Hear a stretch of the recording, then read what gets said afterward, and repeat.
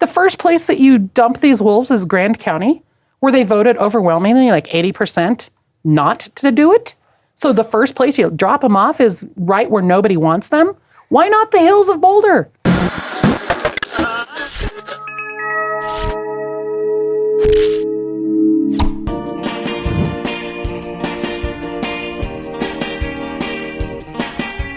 Sherrie Peif is the investigative reporter for CompleteColorado.com. I wanted to get a prediction on how crazy it's going to be next year in this state legislature. So, Sherrie, how nuts is it going to be? I think it's probably going to be one of the worst sessions that we have seen on record. Why don't we just stop it right there and end the show? Because I can't imagine it being any worse than what it was last year. Well, if you consider that over the last few months, every couple of weeks, one more Democrat resigns and they appoint a new Democrat to take over that position. So it's no longer an elected position, it's now an appointed position by those that are in control, and those that are in control of the Democrat Party right now are pretty far to the left. All right, so let me see if I got this right. I've heard something like a quarter of all the legislators started off being appointed. Does that sound about right? Sounds about right. That's insane. Well, I mean, it's a good way to get there because if you're appointed, you have the power of the incumbency when you run for your real election the first time. So just how out of touch are these appointees? When Tim Hernandez is the appointee, it's like the gift that keeps giving. The guy who would not condemn Hamas until everyone put him into a chokehold. Is that what we're going to get each and every time? I think that's exactly what we're going to get each and every time, and it's for very specific reasons. If you look at the way the legislature is set up right now, last year the governor actually vetoed several bills that the Democrats put forth and that the Democrats really wanted, but the governor vetoed them. They don't necessarily, even though they have a supermajority, they don't necessarily have that supermajority because many of the Democrats in both chambers were flipping and voting with Republicans on issues because a bulk of their party has gone even too far left for them. Name some names here because I agree. Now you're putting me on the spot. Because I agree that the governor hasn't been able to stand up to the nutty wing. He's vetoed a couple small bills. But he's never been able to stand up and go, no, this is crazy. We're not doing it. And I got the feeling that the Speaker of the House is in the exact same position. Here she is, and she is cowering underneath the socialists there. When I say socialists, I usually mean that as an epithet. But really, they're members of the Democratic Socialists for America. Right. We've got 5 or 6 true socialists. Yeah. One that comes to mind off the top of my head is Senator Rachel Zenzinger. She voted, opposite of her caucus on several bills last year. And I can't think of the guy, you're putting me on the spot here to remember who all that was there. But there's one up in the mountains as well, Dylan, who also voted multiple times with the Republican caucus. And so to overturn, there are some things that I believe Democrats want to do in the next session that they know the governor will not agree with. And in order to overturn those vetoes that might come their way, they have to have a solid 2/3 majority to get that overturned. And they're appointing people like Tim Hernandez. And if you think about that, another person that was up for that appointment was Rochelle Galindo, who at one point was so far to the left that she was as far left as anybody in that legislature, and now she's not even far enough to the left. They put Hernandez in there. They have to have a solid 2/3 majority to go along to override the governor and vetoes that may come down the road. Because I think one thing you're going to see is the next step to single-payer health care in Colorado. What? There's no doubt in my mind. Did several stories on it last year. In fact, we're currently in the middle of a lawsuit against the Department of Healthcare Policy and Financing that we're still awaiting a decision on the judge on some open records requests. But little things. We being Complete Colorado. There's little things along the way that they keep putting in place that make it that one next step closer. And without giving away too much of the secret or whatever that I've been looking into for months, the governor took a trip a while back, and he took a trip with some folks from a major healthcare provider in this state to another country to look at medicine. Want to add some names to that? What country? What provider? Kaiser Permanente and Switzerland. So he's going to Switzerland thinking, this might work here. I think we're going to see it. In the next session? No, not full blown, but I think you're going to see the next few steps. A few more steps. Until the, because the House, face it, the House is not going to flip. The House is going to stay Democrat controlled, and it's likely to stay supermajority. The Senate down over the next couple of years, 2-3 years, could change back to a Republican majority. So they're going to get this stuff pushed through as fast as they can, so that they can get it on their way before possibly Republicans take control of the Senate again. Is there any sense at all that the legislature is out of step with their constituents? Do they ever look at this, what they're passing, and go, let's see, we pushed for Proposition H. They didn't want it. We'll just give it to them anyway. The people voted against a fracking ban, so we'll do something even worse with Senate Bill 188 a few years back. And it just seems like they are tempting fate by constantly flying in the face of the express voter opinions after an election. Yeah, they voted these people in, but it's because of our primary system. The crazy people on the left seem to win the primaries, and in Boulder, Denver, a lot of the suburban areas, they're not going to vote for Republicans. But at some point, this bites back. Do they have any sense of that they're out of step? Or is it just something like, no, we're just doing great policy?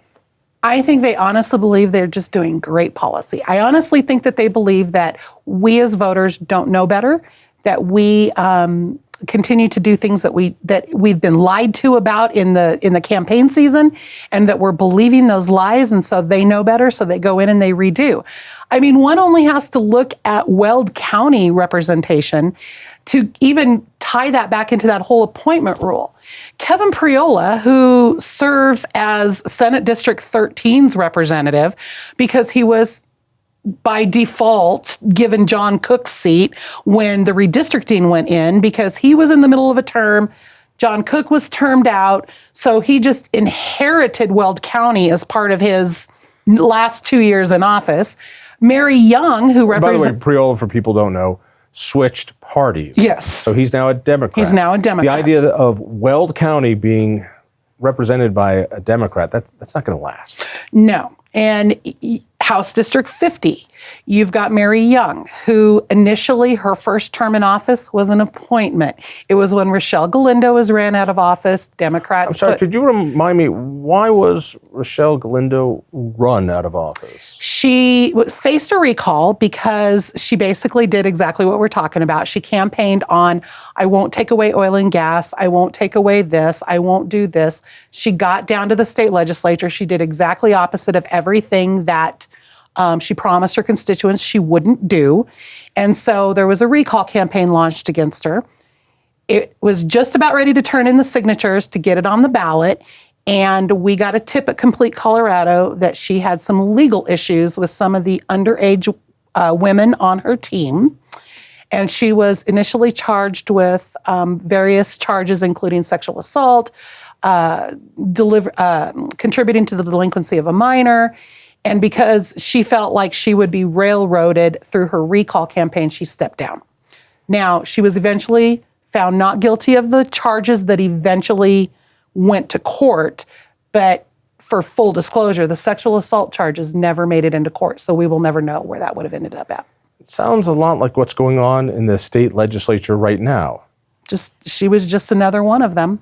Just another one, but it's I'm blanking out on her name, who ran for mayor. I'll say my Alzheimer's is kicking in, who's dealing with the same thing right now. Oh, yes. Yeah, look at us. We both have it. We both have it. Yes, I know you're talking about. That'll come to me in a second. Yeah. So, again, a female legislator being accused of sexual harassment and sexual assault from one of her employees or volunteers.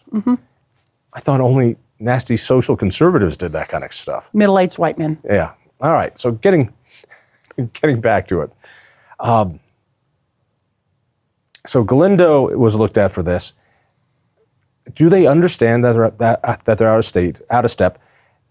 Priola is going to be done when he has to come back. But at some point, somebody's got to stand up to these folks because reality will hit, and our economy will stall.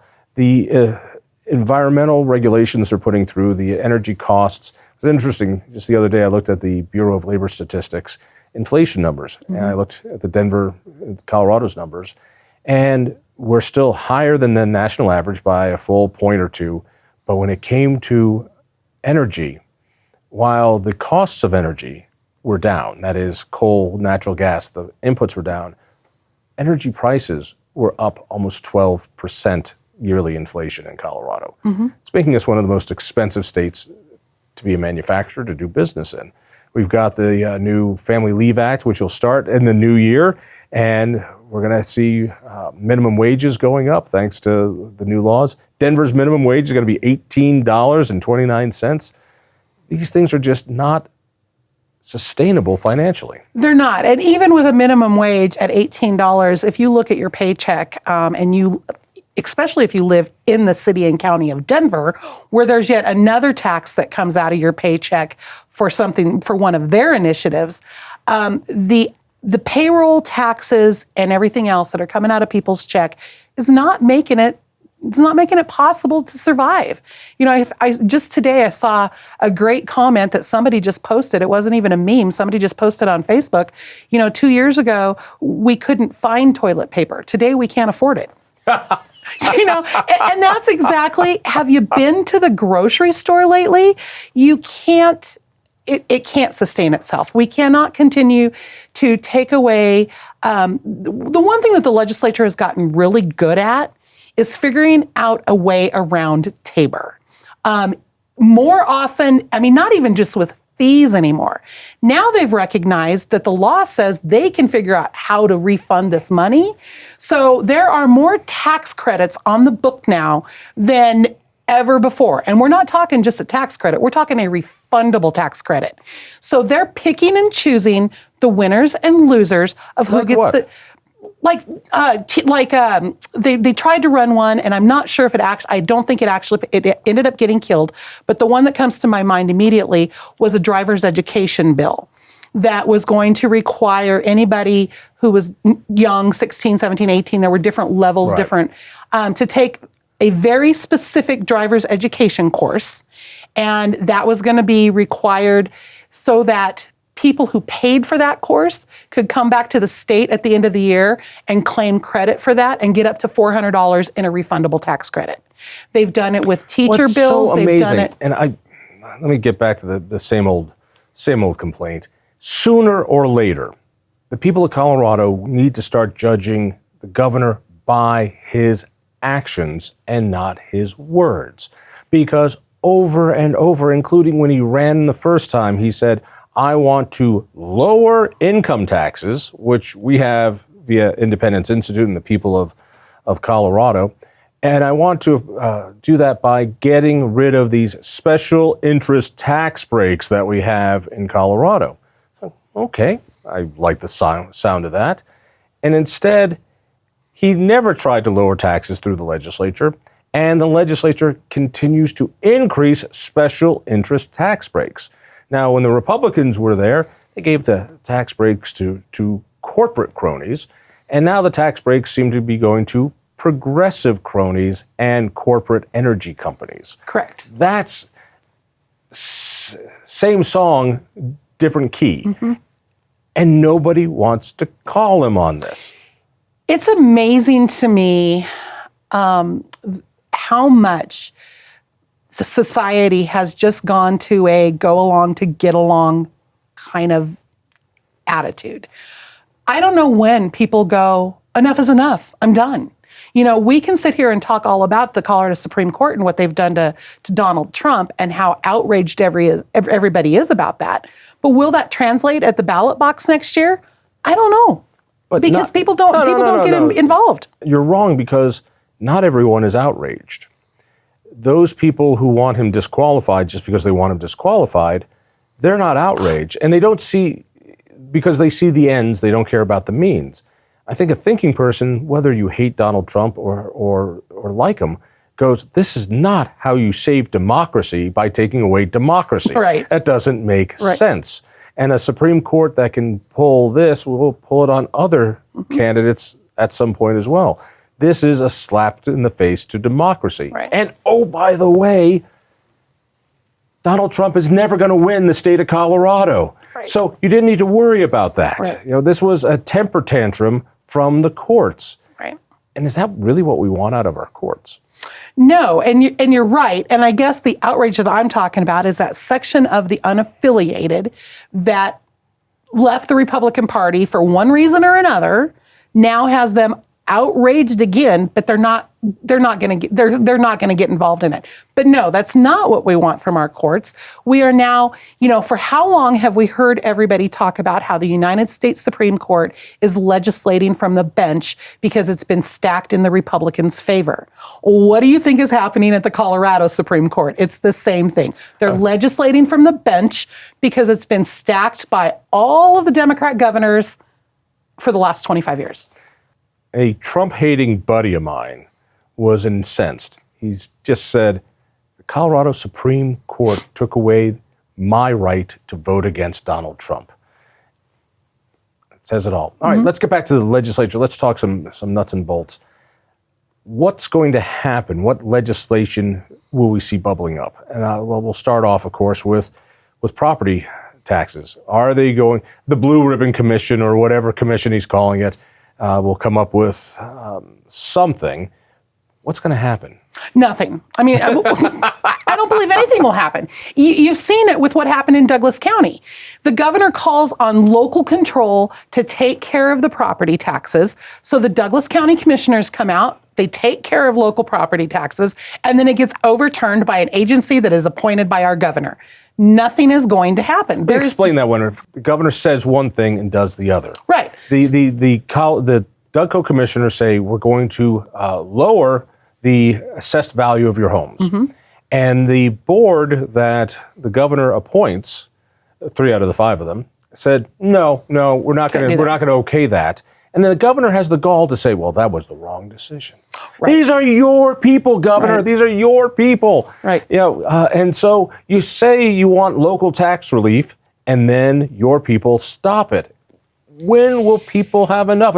He opens up the cage for the wild wolves and says it's our first time since 1940 we've had wild wolves.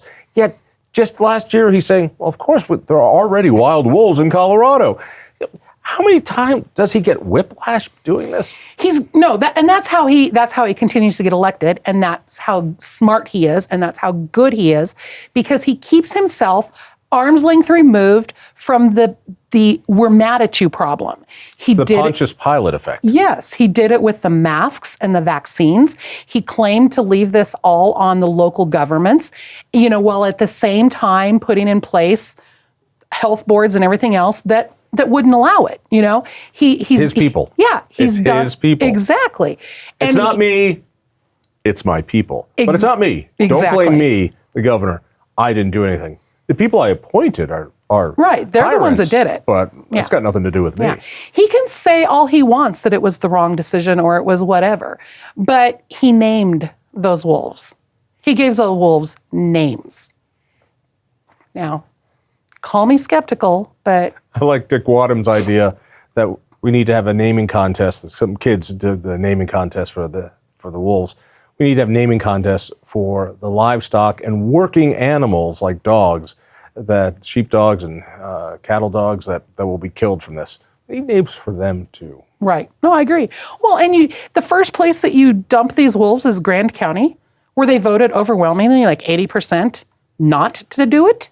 So the first place you drop them off is right where nobody wants them. Why not the hills of Boulder? And you don't tell anybody where it is. I only found out recently that there were only 45 people who knew, sworn to secrecy. And maybe this bothers me. I hope it bothers you. The cameras used were all from Colorado Parks and Wildlife. And then they gave the footage to the media. Isn't that what Soviet Russia did?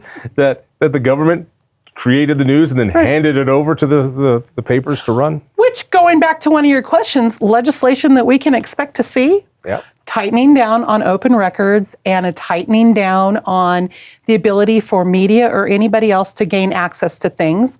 Do you hear of a bill to do that? Because that is a tough bill for a legislator to vote on. Oh, to say, absolutely. We're going to make it even more opaque here. As you know, Complete Colorado is in the midst of some lawsuits trying to open up some of these records. And it gets really hard. It gets really expensive. And there was a bill that ran last year that tried to change the cost of open records and tried to change the timeline on getting open records.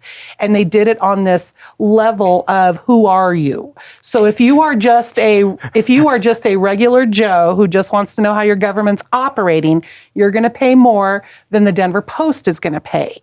It's going to take longer for you to get those records than it's going to take for the Denver Post to get those records.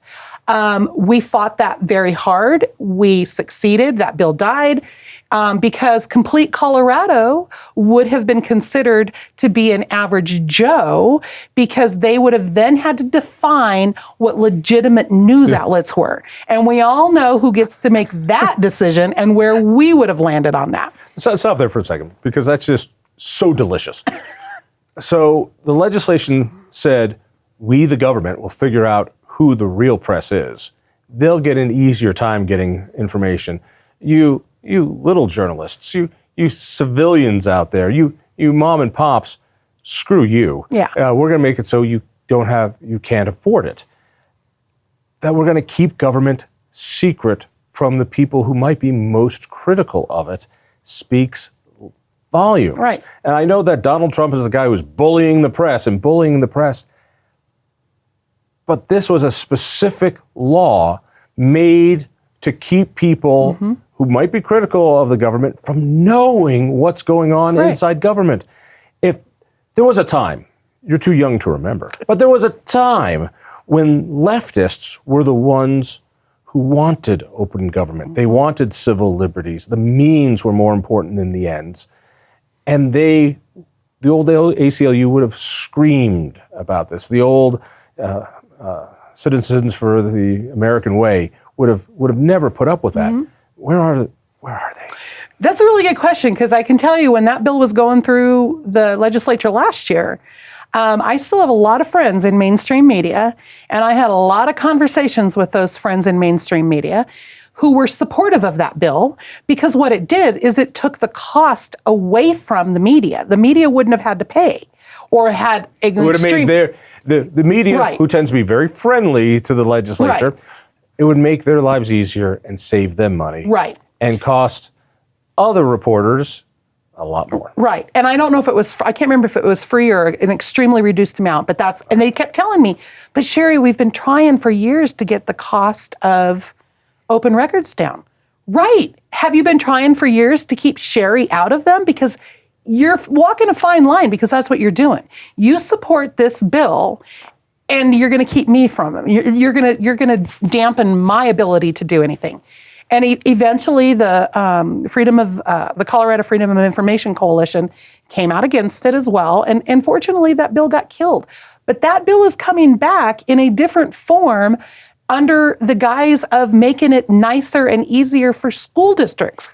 Because school districts don't have the capability of filling all of the CORA requests that are coming across their desks. So you will see a bill, it's already been endorsed and put out there by the Colorado Association of School Boards. Several districts across the state have already endorsed it, and it will make it harder for people and more expensive for people and longer time span to get records out of your local school district. Because they don't like parents knowing what their kids are being taught until well after the lesson is said. Incredible. What else do you see coming up next year? I think we'll see a repeat of the bill that the governor vetoed that came out of Loveland area on urban renewal plans. It sounds like, so Janice Marchman did get a bill passed. Senator Janice Marchman, she's out of Larimer County, she's a Democrat. She did get a bill passed this year that would have changed the way tax increment financing and urban renewals are used. She got it passed and the governor vetoed it. And the governor... What did the change do? Because there is all sorts of hanky-panky that happens with tax increment financing. Right. It's a developer's dream. So there was a bill over a decade ago that was passed that does not allow farmland into an urban renewal project unless it meets a very defined set of circumstances. Recently, a developer up in northern Colorado in Loveland put forth a new URA that included farmland, and he found a loophole around the law and was able to get the URA passed. That upset URA again stands for Urban Renewal Authority. Yep. Using tax increment financing, which is a special finance mechanism that takes money away from the local governments and puts it into the project to share the cost of infrastructure. It's a tax break for developers. It is. It's a tax break. It is. It's a tax break. It's a huge bit of tax incentive to build here, exactly. not there. So the folks up in Loveland got upset over the project, and they started looking for ways to get out of it. So Janice Marchman ran a bill that would close the loophole that the Centera project found, and it passed. It went through both houses. It passed extremely on partisan lines. In the beginning, almost every Republican was on that bill. In the very beginning, really? The Republicans were willing to get behind Janice Marchman and help her with that. What ended up happening was, at the end of the day, all the developers called and said, "You remember how much money I gave you in that kind of campaign contribution?" Well, there was an amendment that was ran on the bill that targeted one individual developer out of Loveland that really made the bill kind of slimy. Yeah. And it shouldn't have happened. And without that amendment, the Republicans would have supported it. But the amendment specifically targeted the McWhinney Corporation. And so all the Republicans got off the bill, but it didn't matter because it passed on party lines. And it got to the governor's desk, and he vetoed it. Don't know why, but the governor vetoed it. So that bill is expected to come back. I hear through the pipeline that he has promised to allow that bill to go through so long as it's done appropriately and not the way it was done. So we'll see that bill come back. All right. Yeah. The governor's signature bill that didn't happen last year was this bill to redo housing, that he was gonna take away local authority, which is so funny since he loves local authority when it covers his own cheeks. But he was going to take away local authority. It didn't pass. Is it coming back? It'll be back. I understand that there is actually an on steroids bill coming back that will basically strip county commissioners of all of their 10, I think it's called 1041 powers, their land use powers.